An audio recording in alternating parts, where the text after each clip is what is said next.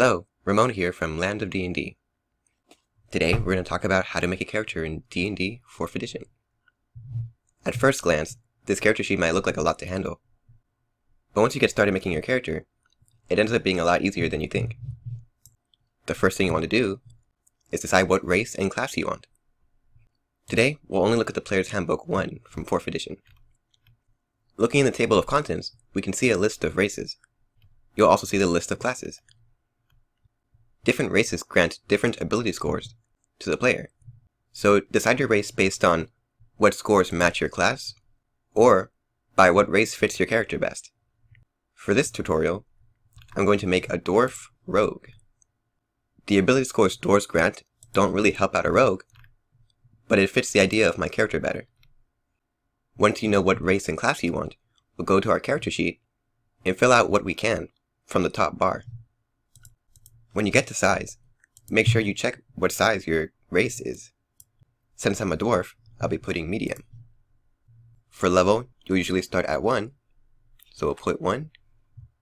You'll choose which alignment fits your character best. Then as an optional step, you'll choose what deity your character worships, if any. Once we have our top bar filled out, we can move on to our ability scores.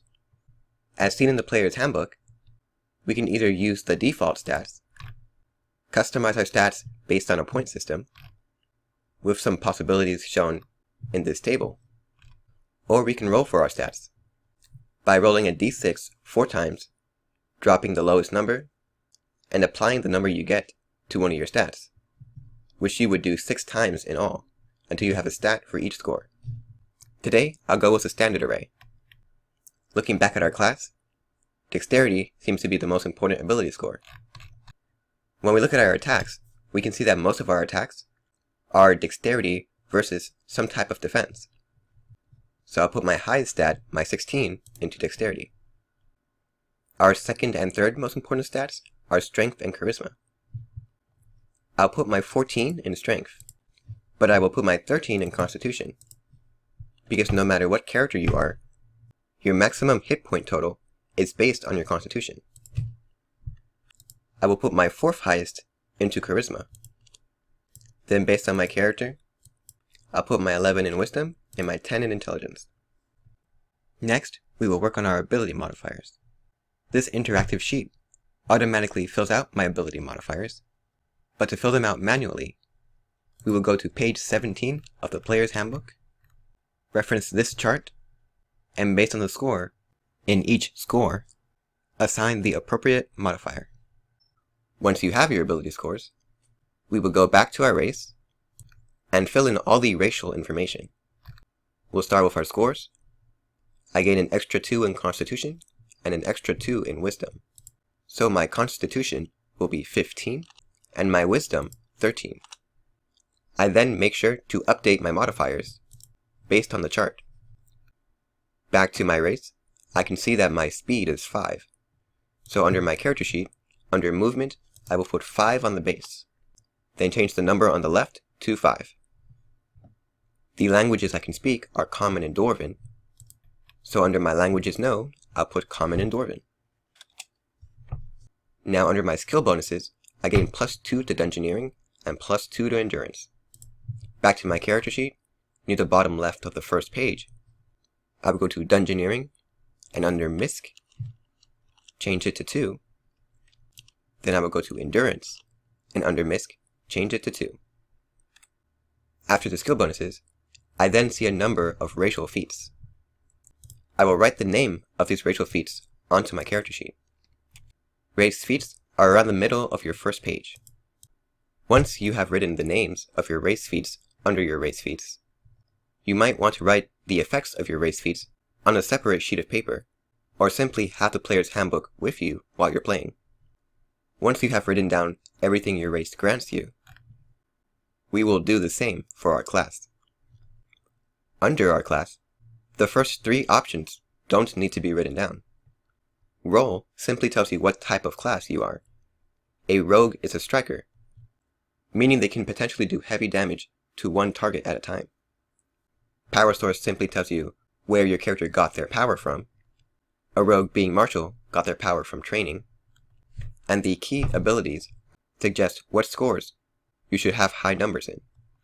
Armor proficiencies and weapon proficiencies tell you what type of equipment your character will have bonuses in. You can use any equipment you want, but if you're not proficient in it, you will not receive a bonus. So it is usually best to use armor and weapons you are proficient in. Once we get to our defenses, we will begin to write on our character sheet once again. As a rogue, I gain 2 to reflex. So under my character sheet, I will move to our defenses, and under reflex, under class, I will change it to 2. Hit points at first level tell me how many hit points I will have upon making my character. A rogue grants me 12 plus my constitution score. Back to my character sheet, my constitution score is 15. And since I'm adding 12, under hit points, under maximum HP, my HP will be 27. I will then fill out my bloodied value, which is simply half of my HP, rounded down. My surge value, which is 1/4 of my HP, rounded down. Then back to my class to determine how many healing surges I can use per day. Being a rogue, I get 6 plus my constitution modifier. My constitution modifier is 2, so 6 plus 2 gives me 8. Back to my class, I determine which skills I have trained. Trained skills give your character higher success rate when making checks related to your skills. A rogue automatically has stealth and thievery trained. Going back to my character sheet, under the TRND box, I will change the 0 to 5 under stealth, and 0 to 5 on thievery.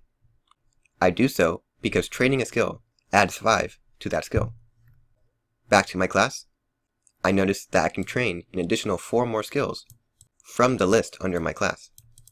I will train Perception, Streetwise, Dungeoneering, and Bluff, adding the 5 under trained on each of the skills I choose.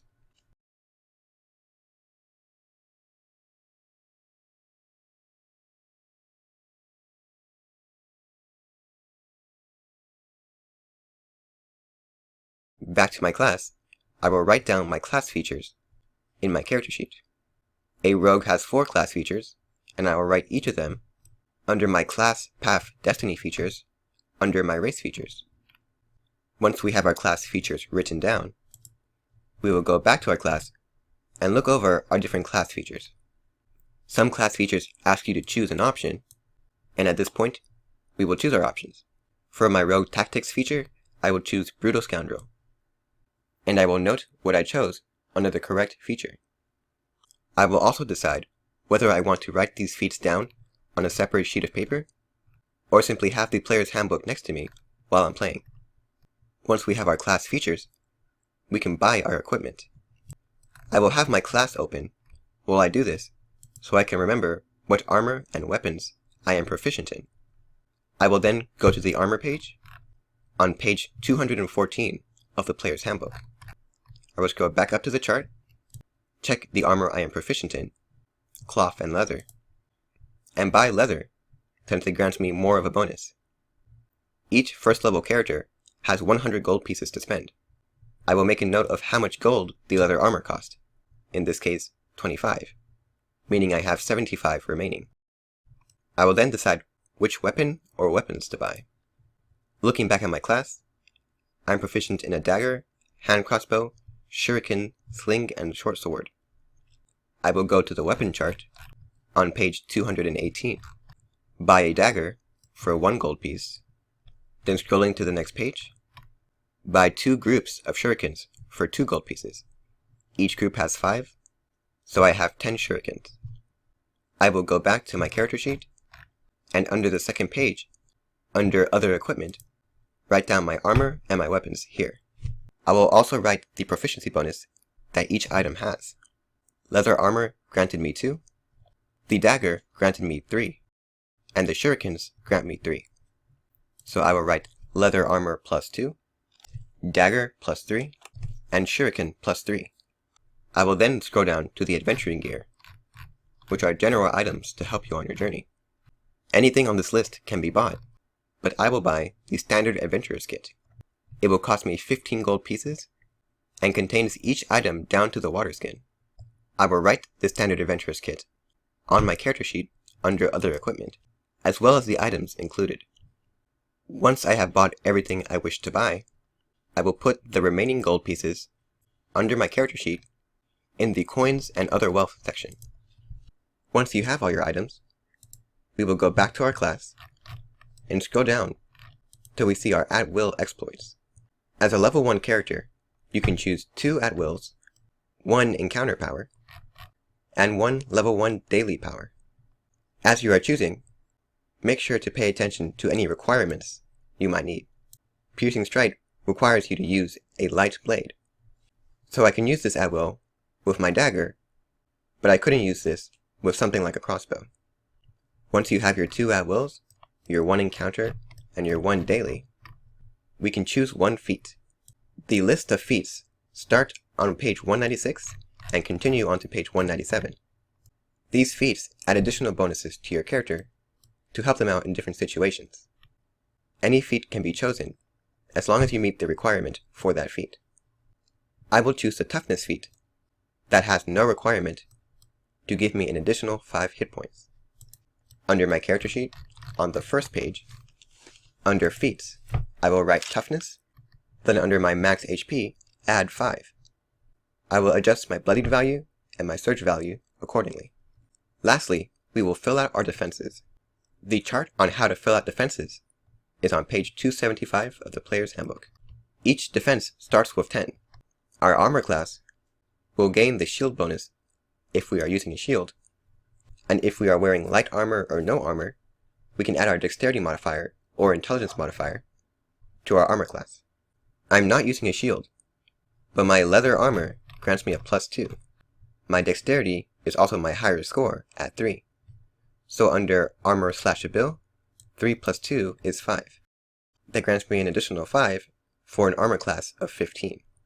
For my fortitude, I can add my strength modifier or constitution modifier to my score. Both my strength and constitution modifiers are 2, so under abil, I will write 2 for a total of 12 fortitude.